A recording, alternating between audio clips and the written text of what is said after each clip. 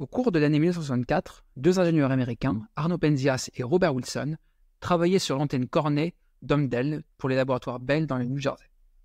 L'objectif de cette antenne à cornet de grande sensibilité était de détecter l'écho radar de satellites en forme de ballon qui servaient de réflecteur.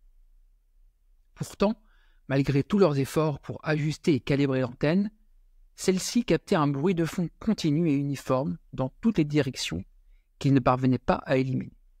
Ce bruit restait constant, quelle que soit l'heure de la journée ou la direction d'antenne, et ne correspondait à aucune source radio connue. Face à ce bruit de fond persistant, Penzias et Wilson explorèrent toutes les sources possibles d'interférences. Ils finirent par suspecter que l'antenne elle-même était en cause, et découvrirent que des pigeons avaient élu domicile à l'intérieur de l'antenne, laissant de nombreuses fientes. Pensant que ces fientes pouvaient causer des interférences, ils passèrent des semaines à nettoyer minutieusement l'antenne, et tentèrent d'éloigner les pigeons sans succès, car ces oiseaux sont tenaces. Malgré tous leurs efforts, le bruit de fond persistait. Ce signal mystérieux ne disparaissait pas. Penzias, déconcerté, finit par contacter un autre groupe de chercheurs pour leur exposer leurs problèmes.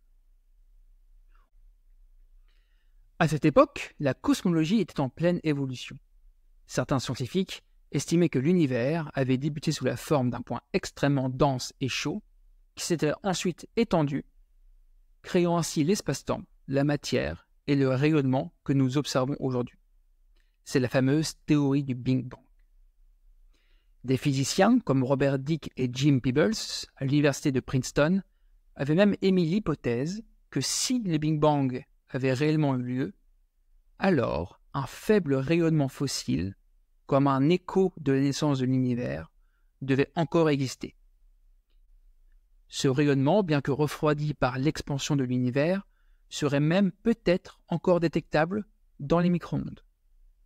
Dicke et Peebles entreprirent alors de concevoir une antenne pour détecter ce fameux signal. Et c'est justement là que Dicke et Peebles reçurent l'appel désespéré de Penzias et Wilson, qui n'arrivaient toujours pas à se débarrasser de ce mystérieux signal diffus et homogène. « Nous nous sommes fait doubler », plaisanta alors Dicke en raccrochant. Ce que Penzias et Wilson pensaient être des interférences dues aux fientes de pigeons était en réalité la preuve la plus solide que l'univers avait une histoire. Une histoire initiée il y a environ 14 milliards d'années par le Big Bang. Ils obtinrent le prix Nobel de physique en 1978. Ce phénomène est même observable chez vous. Si vous prenez une vieille télé cathodique et que vous ne captez aucune chaîne, il apparaît alors un bruit de fond, qu'on appelle communément la neige.